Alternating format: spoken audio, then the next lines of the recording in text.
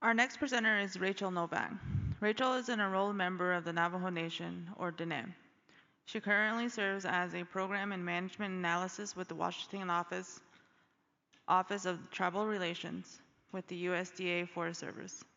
Her primary focus is supporting tribal co-stewardship. Previous work in federal service includes 7 years at the U.S. EPA Office of Water and 7 years at the Bureau of Indian Affairs as the branch chief of Tribal Resilience Branch. She lives and works in Albuquerque, New Mexico with her family. Please welcome Rachael Novak.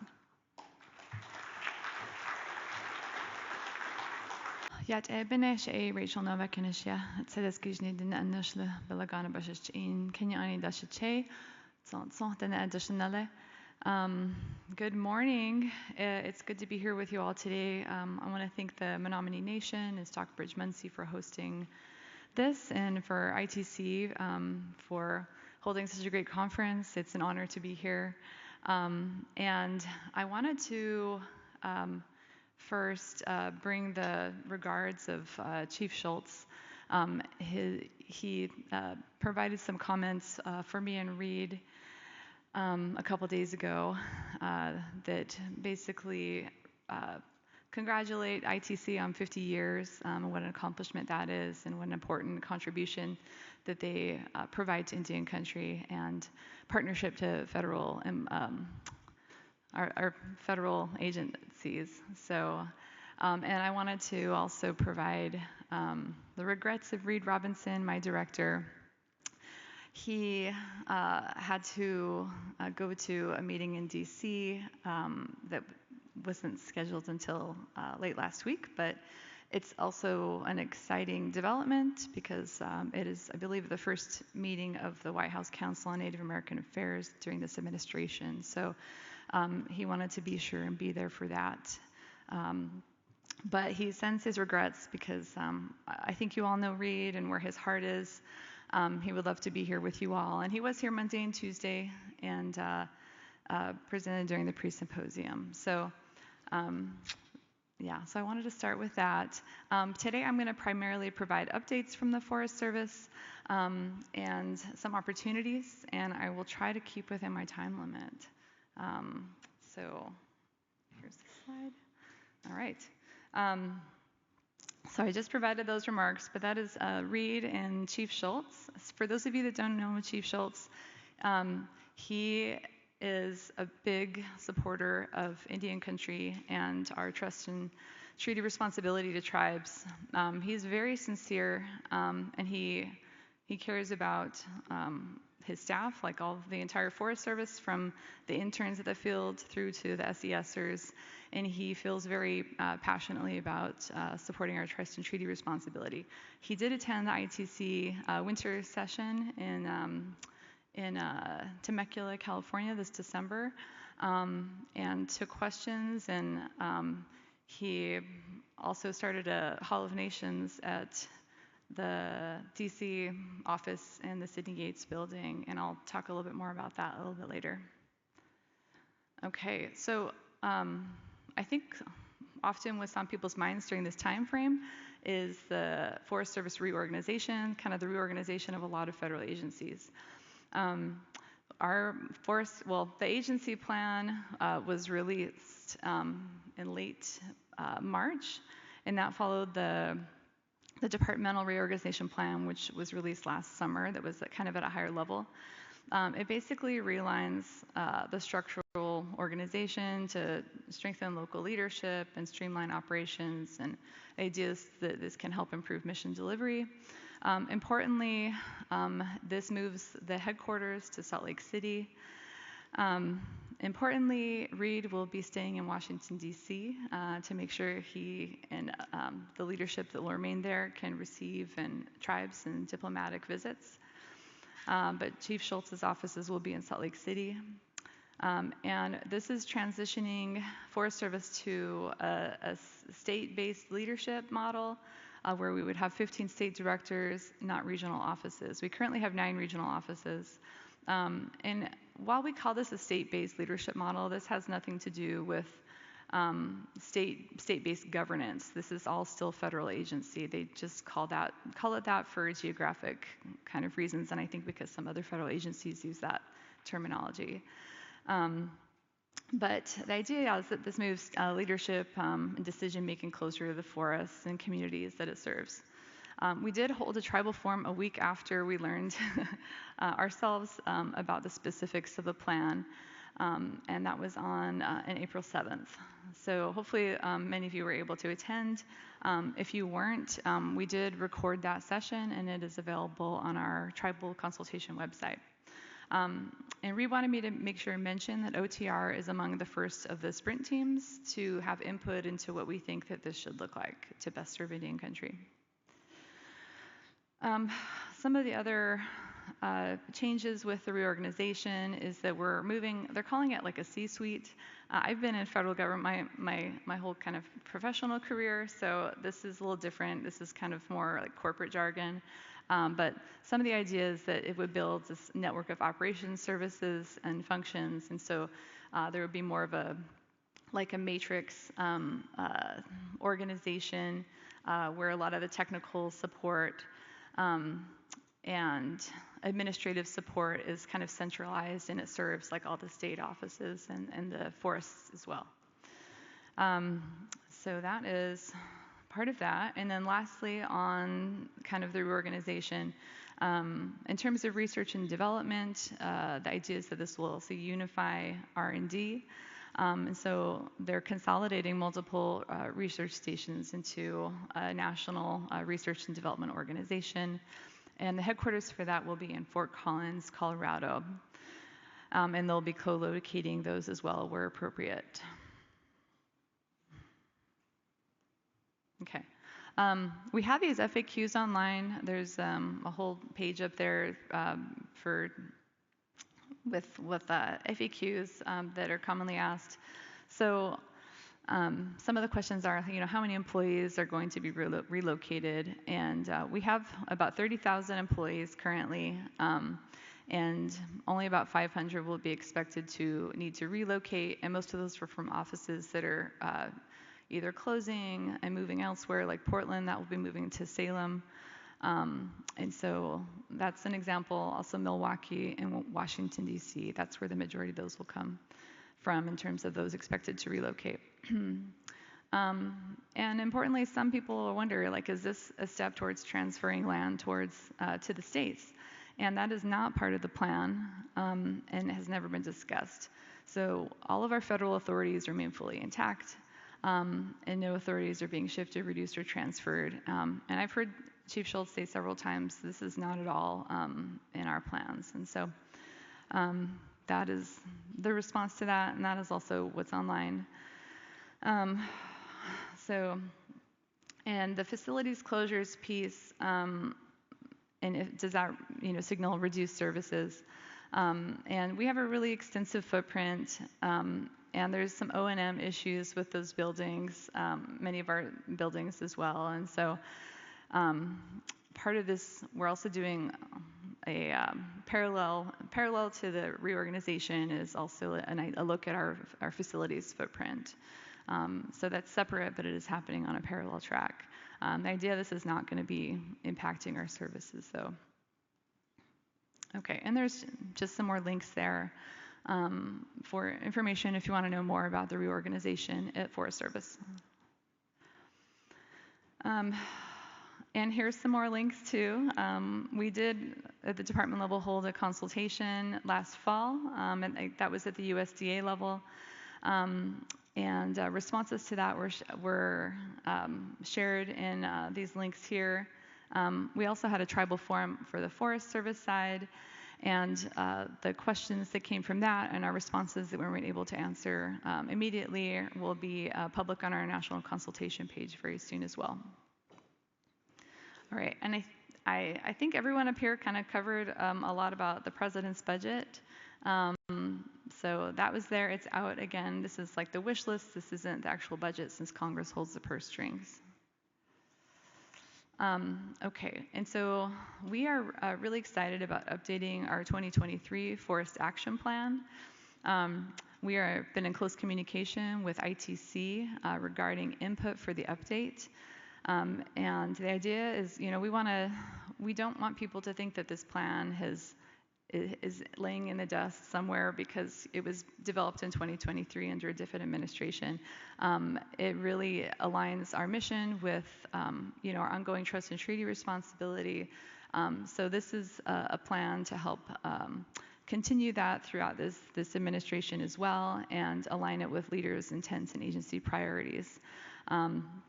We have 4 areas I'll get into on the next slide, but we want to build on the accomplishments of the last several years since we have had it.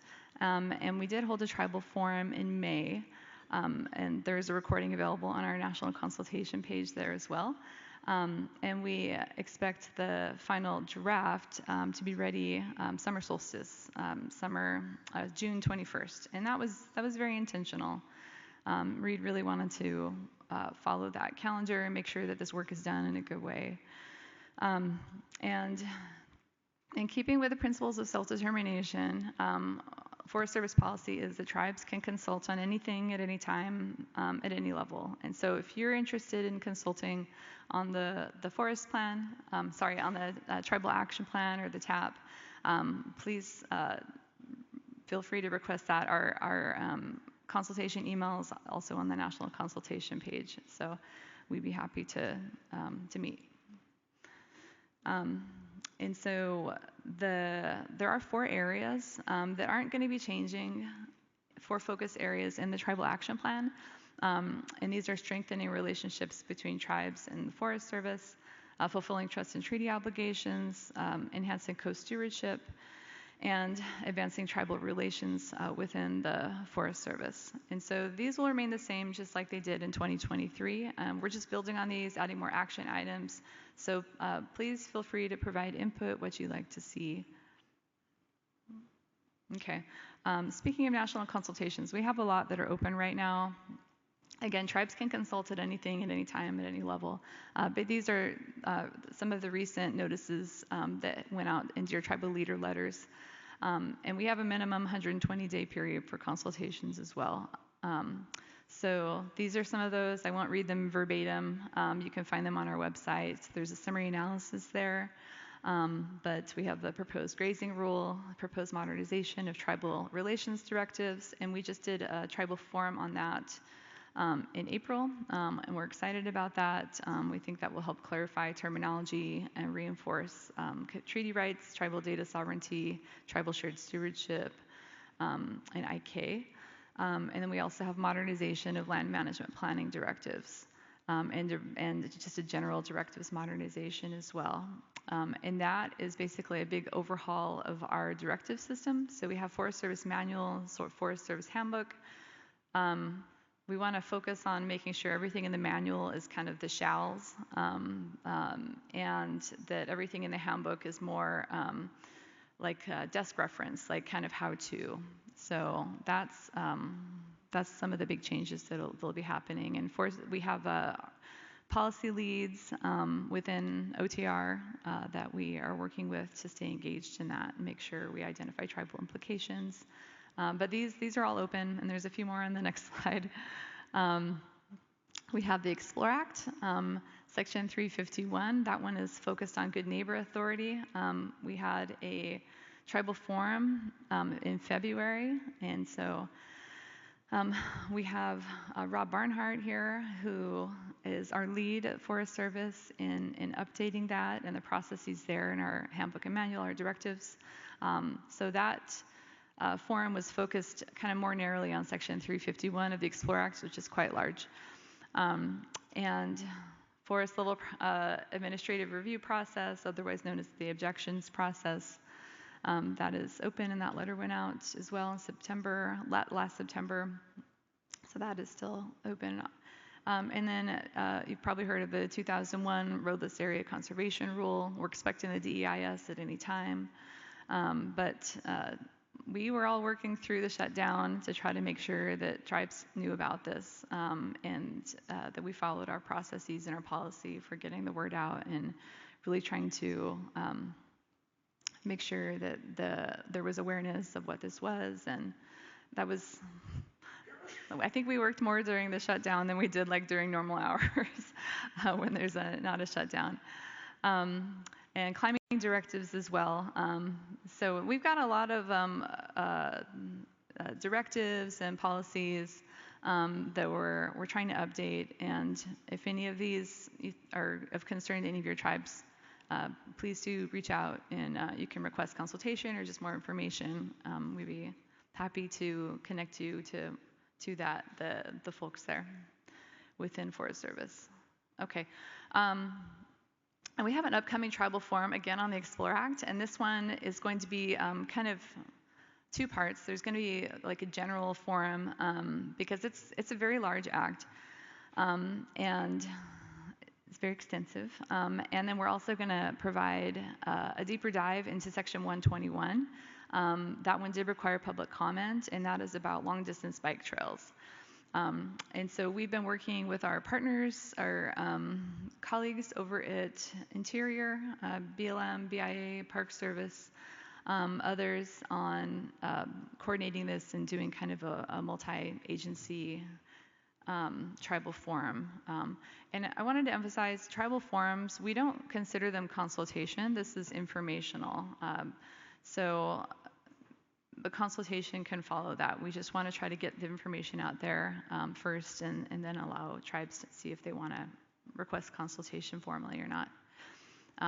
But that is online. It's on our site. Feel free to register if you're interested in learning more. Okay.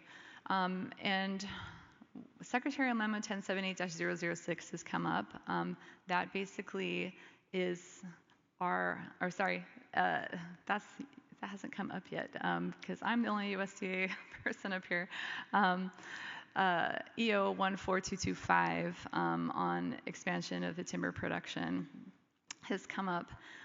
And USDA, our Secretary Rollins, basically penned this memo last year, 1078-006. And what came from that was the active forest management strategy of the Forest Service. So that's kind of the chain of what's precipitated from that at Forest Service. And Reed he's been emphasizing for months that this memo, 1078-006, has a lot of potential opportunity for tribes. And so I hope that this isn't ad nauseum, but I'm going to go through those in a little bit more detail because we've kind of kept it high level, and I want to make sure we provide a bit more information. But there's specific sections of this that are very supportive and specific to tribes. This is only like a 5.5-page memo. Tribes are mentioned like 12 times within that.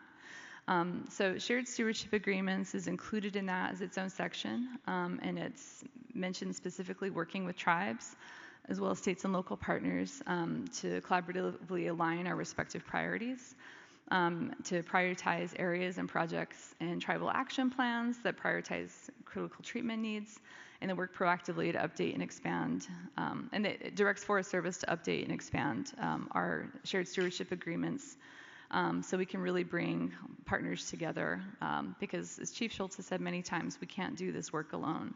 We have 193 million acres, and that's all ancestral lands. There's also a section focused on timber production and sound forest management, and that has to do with updating our guidance to increase timber production through TFPA, GNA, and stewardship contracting. And then there's the emergency situation determinations, and this is where I don't think there's as much awareness out there. So these emergency situation determinations, there's the GIS shape files, if you like to take a look at those and how they compare to where your tribal lands are.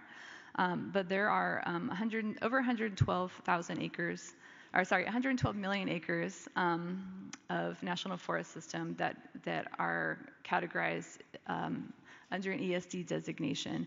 And that's per HEFRA and also sections 4086, I think, of IAJA. And so the Forest Service can authorize emergency actions after an ESD is declared to achieve relief from threats or public health and safety, critical infrastructure, and mitigation of threats to natural resources on the National Forest System. So to use this authority, 50% of that treatment area has to be within the designated area. And so proposals using this special emergency action, section 4087, okay, I think I was right. That includes actions to reduce wildfire risk, to reduce post-fire risk to protect communities, reduce hazardous fuels, reduce density of fire-dependent forests, support the durability and resilience of forests and grasslands, reduce hazardous fuels, and they need to be authorized by the forest supervisor or the grassland supervisor. So there's some examples up there I have of like the specific actions that are named in that memo.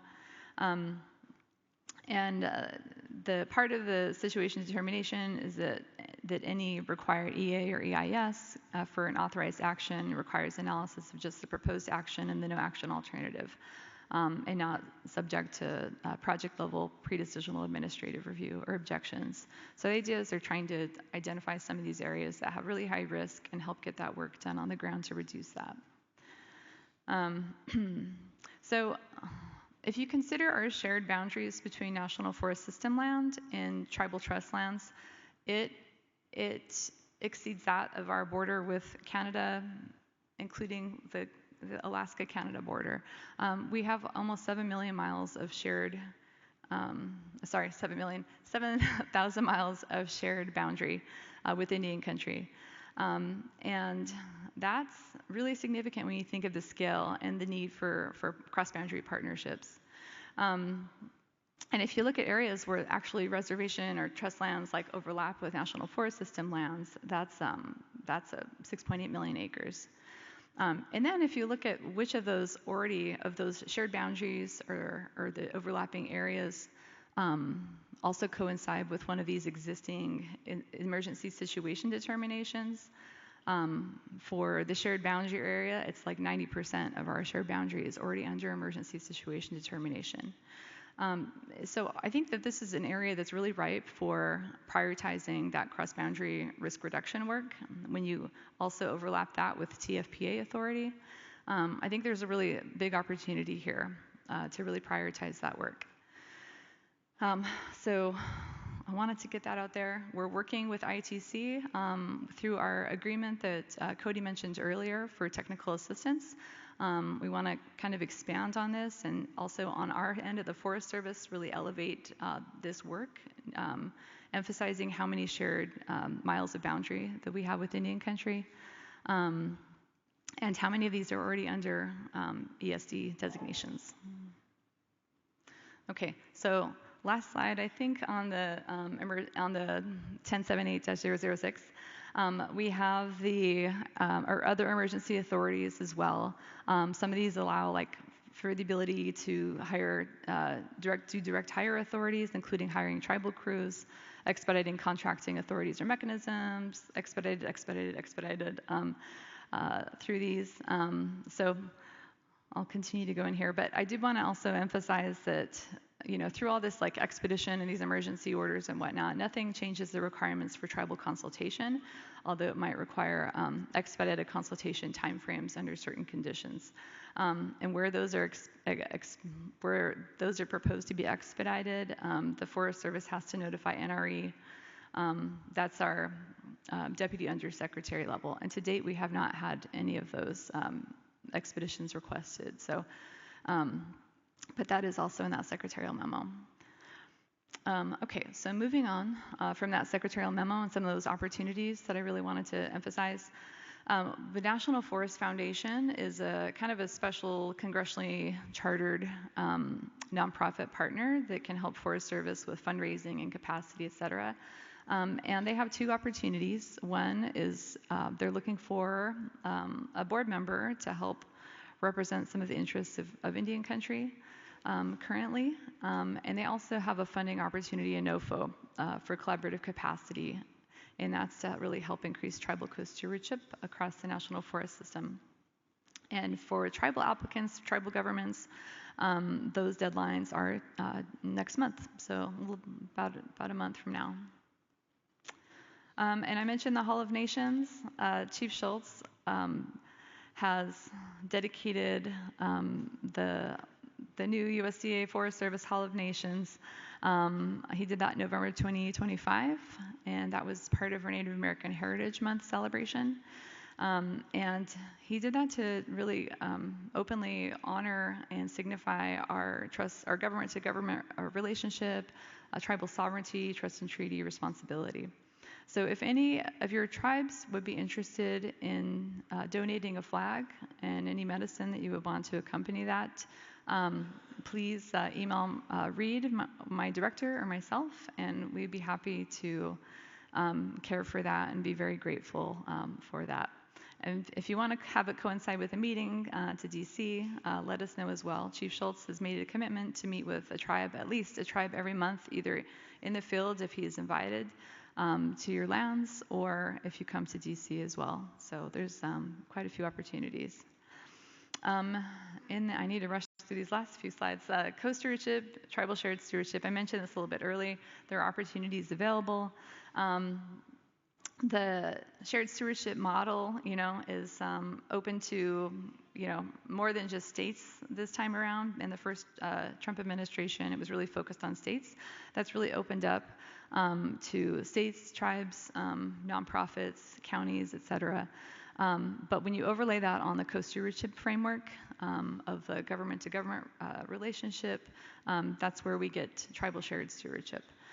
And again, we have a technical assistance support agreement with ITC to really help expand and advance and accelerate that work. We have two large-scale shared stewardship agreements that I wanted to highlight here. So we have one we're proud to enter into in partnership with Cow Creek Band of Umpqua up in Oregon, and that is over a large land scale, 155,000 acres over 2 different forests over 20 years. So we're really excited about that. And they kind of kicked off for this administration, that big emphasis. And the second one that was signed just a few months ago as well is with the Great Sioux Nation, 11 of the Great Sioux Nation tribes. And this is the first time that an entire wilderness area is going to be under shared stewardship with tribal nations. So we're excited about this. We don't think this is going to be the last. So if you're interested, my area within OTR is meant to help connect you to the correct folks and provide information that can be helpful for you to also enter into any of these that you like. Kind of described this a couple slides ago. These shared stewardship MOUs, it's not like a definite path. If you already got a really great relationship and a really strong MOU and you're already implementing, that's great. But if you see value in entering into one of these shared stewardship agreements, we're here. We're happy to help at the Washington office level on down. Okay. Oops. All right. And then this is the last one project.